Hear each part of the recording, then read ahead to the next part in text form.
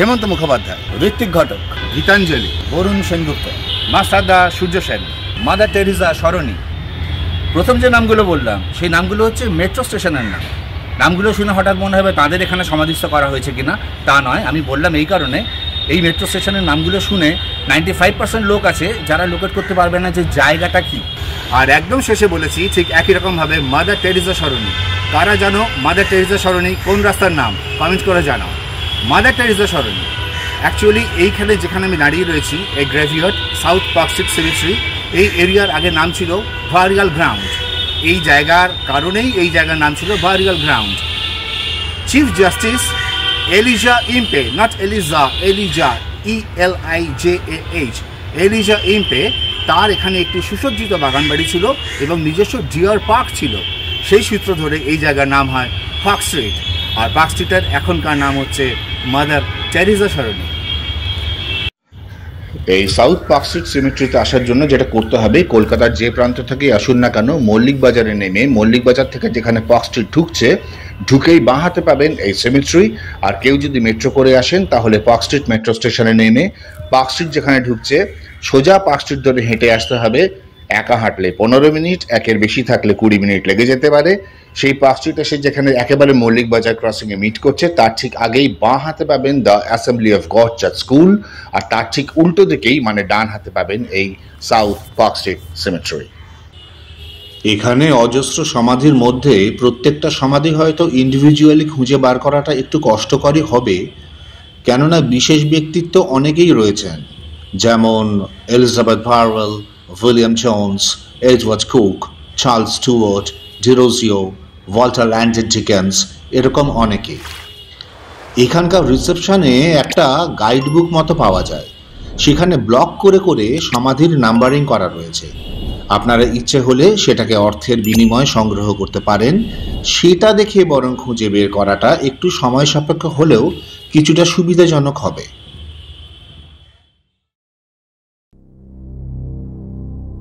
Where have all the flowers gone? Long time passing. Where have all the flowers gone? Long time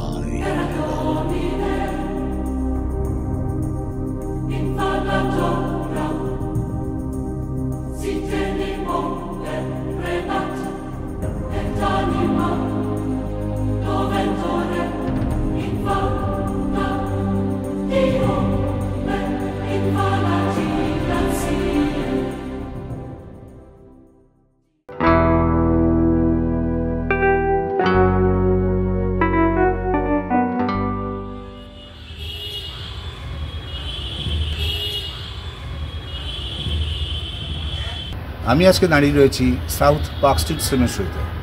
এটা জনসাধারণের জন্য open, সকাল 10টা থেকে বিকেল 5টা পর্যন্ত। টিকিটের রেট 25 টাকা করে। কেউ যদি ক্যামেরা নিয়ে আসো, ক্যামেরা মানে DSLR বা মিররলেস ক্যামেরা নিয়ে আসো, তাহলে তার রেট, ক্যামেরা এবং ব্যক্তির রেট মিলিয়ে 50 টাকা। সেক্ষেত্রে আলাদা করে 25 টাকা টিকিট কাটতে হয় না। আর যখন ঢুকবে সেই সময় থেকে 2 ঘন্টা পর্যন্ত ভেতরে থাকতে পারো। আর এই জায়গাটা পৃথিবীর প্রাচীন নন চার্চ সিমেট্রি যতগুলো রয়েছে তার মধ্যে কিন্তু একটা। এইখানে যাদের যাদের সমাধিস্থ করা রয়েছে তার মধ্যে Elizabeth Barwell, William Jones, Edward cook, Charles Stewart এবং ডিরোজিও অবশ্যই উল্লেখযোগ্য। বাইরের একটা ফলকে যদিও লেখা রয়েছে 1767 থেকে 1790, ইট ডাজন্ট মিন কি ওই 23 বছরে এই সমাধিক্ষেত্রটা ব্যবহৃত হয়েছিল, তা নয়। হ্যাঁ, ইংরেজরা 1790-এর পরে এটাকে একটু কম ব্যবহার করেছেন, কিন্তু শেষ সমাধিস্থ এখানে করা হয় 1830 খ্রিস্টাব্দে।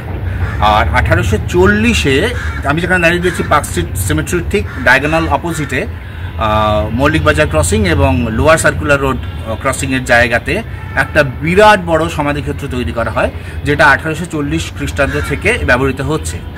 এখানে 1002 সমাধিক্ষেত্র রয়েছে, ওখানে আমি শুনেছি এখনই রয়েছে 12,000 সমাধিক্ষেত্র। That's a huge place. আর ওই জায়গাটার কথা মনে পড়তেই একটা কথা মনে পড়ে যায়, হে বঙ্গ ভাণ্ডারে তব বিবিধ রতন, তা সবে অবোধ আমি অবহেলা করি, পরধন লোভে মত্ত করিনু গমন। মাইকেল মধুসূদন দত্ত, সেখানে রয়েছে মাইকেল মধুসূদন দত্তের সমাধি। আর 1995 সালের 29শে জুন মানে মধুসূদন দত্তের মৃত্যুদিনে তার কবরে যাওয়ার জন্য একটা পথ তৈরি হয়, সেই পথটার নাম হচ্ছে মধু বিশ্রাম পথ, সেইটা তৈরি হয়।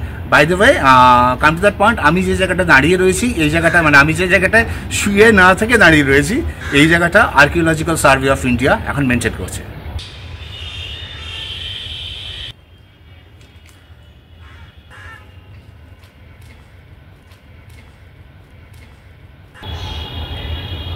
আমি যেখানে দাঁড়িয়ে রয়েছি তার ঠিক পাশেই রয়েছে একটা সমাধিক্ষেত্র, যেটাকে বলা হয় ডটার অফ ফ্রান্স সোফিয়া। এখানে অনেক মৃত মানুষ শায়িত রয়েছেন, কিন্তু সব থেকে কম বয়সে যিনি মারা গেছিলেন তার বয়স ছিল 7 মাস 22 দিন। তার সমাধিক্ষেত্রের পাশে আমি দাঁড়িয়ে রয়েছি। Where have all the roads gone? Long time has seen. Where have all the young gods gone? Long time ago.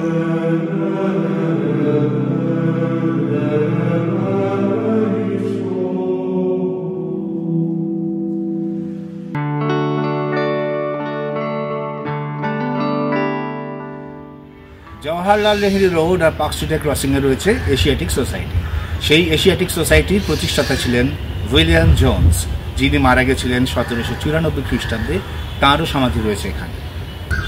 যে লোয়ার সার্কুলার রোড সিমেট্রির কথা একটু আগে বললাম, সেখানে কিন্তু জনসাধারণকে কিছুদিন আগেও ঢুকতে দেওয়া হতো, কিন্তু এখন আর ঢুকতে দেওয়া হয় না। দয়া করে এমন কিছু করবেন না যাতে করে এই হেরিটেজ প্লেসটাতেও জনসাধারণের প্রবেশ বন্ধ হয়ে যায়। একবার এক ব্যবসায়িক দম্পতি এই জায়গাটাকে একটা আর্ট সেন্টার তৈরি করবেন বলে ঠিক করলেন। তার জন্য অনেক সমাধি ধ্বংস হতে শুরু করলো। হাইকোর্টের হস্তক্ষেপে সেই ধ্বংসলীলা বন্ধ হলো, কিন্তু ততক্ষণে অনেক সমাধি ভাঙা শুরু হয়ে গেছে। তার মধ্যে ভীষণ ইম্পর্টেন্ট ছিল চার্লস স্টুয়ার্টের সমাধি। কেন বলছি সেটা দেখাবো, follow me. Major general Charles স্টুয়ার্টের সমাধি। খ্রিস্টান হওয়া সত্ত্বেও এতটাই হিন্দুদের মতো জীবনযাপন করতেন, তাকে হিন্দু স্টুয়ার্টও বলা হতো। হিন্দুদের ভালোবাসতেন, হিন্দুদের রিচুয়ালস মেনে চলতেন। 1828 সালে তার মৃত্যু হয়। তার সমাধিটা দেখুন, অনেকটা হিন্দু মন্দিরের আদলে তৈরি। ওই যে একটু আগে বললাম না, এক দম্পতি এটাকে আর্ট সেন্টার করার চেষ্টা করেছিলেন পুরো এই জায়গাটাকে। যে সমাধিগুলো ক্ষতিগ্রস্ত হয়েছিল তার মধ্যে কিন্তু এই সমাধিটাও একটা। পরবর্তীকালে এটাকে রিনোভেট করা হয়েছে, সেটা দেখেই বুঝতে পারছেন। কিন্তু অসাধারণ কাজ এবং হিন্দুদের প্রতি তার যে শ্রদ্ধা, সেটা ভীষণভাবে রিফ্লেক্টেড হচ্ছে এই সমাধির মধ্যে।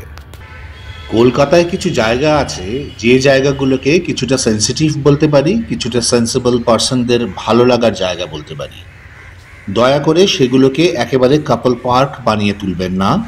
এই জায়গাগুলোর সৌন্দর্য বজায় রাখুন, ঐতিহাসিক ভ্যালু বজায় রাখুন। তাতে করে জায়গাও সুন্দর থাকবে আর আপনি নিজেকেও সুন্দর করে তুলতে পারবেন। এই সমাধিক্ষেত্রের সবচেয়ে মূল্যবান ব্যক্তিত্ব হেনরি লুইস ভিভিয়ান জিরোজিও, যিনি মারা গেছিলেন 1831 খ্রিস্টাব্দে।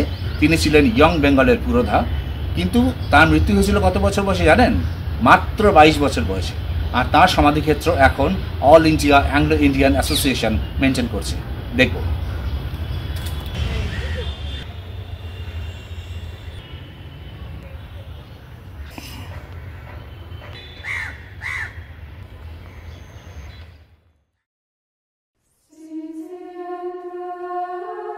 Where have all the graveyards gone?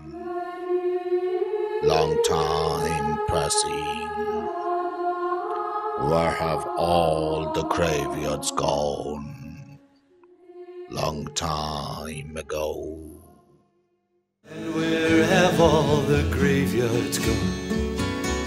Long time passing, where have all the graveyards gone?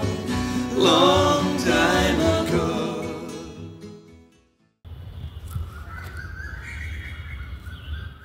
1768 সাল, 257 বছরের পুরনো সমাধিক্ষেত্র, যেখানে দাঁড়িয়ে রয়েছি সাউথ পার্কস্ট্রিট সিমেট্রি, তার সব থেকে পুরনো সমাধিক্ষেত্র মিসেস পিয়ারসনের।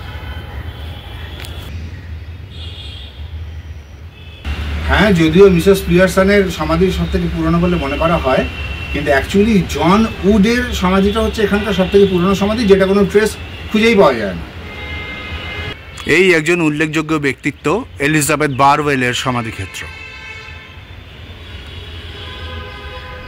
ইংরেজ ঔপন্যাসিক চার্লস ডিকেন্সের ছেলে ওয়াল্টার ল্যান্ডেড ডিকেন্স, তাঁর দেহকে সমাধিস্থ করা হয় ভবানীপুর যুদ্ধ কবরস্থানে, কিন্তু শুধুমাত্র সমাধি ফলকটা 1987 সালে এইখানে এনে প্রতিস্থাপন করা হয়।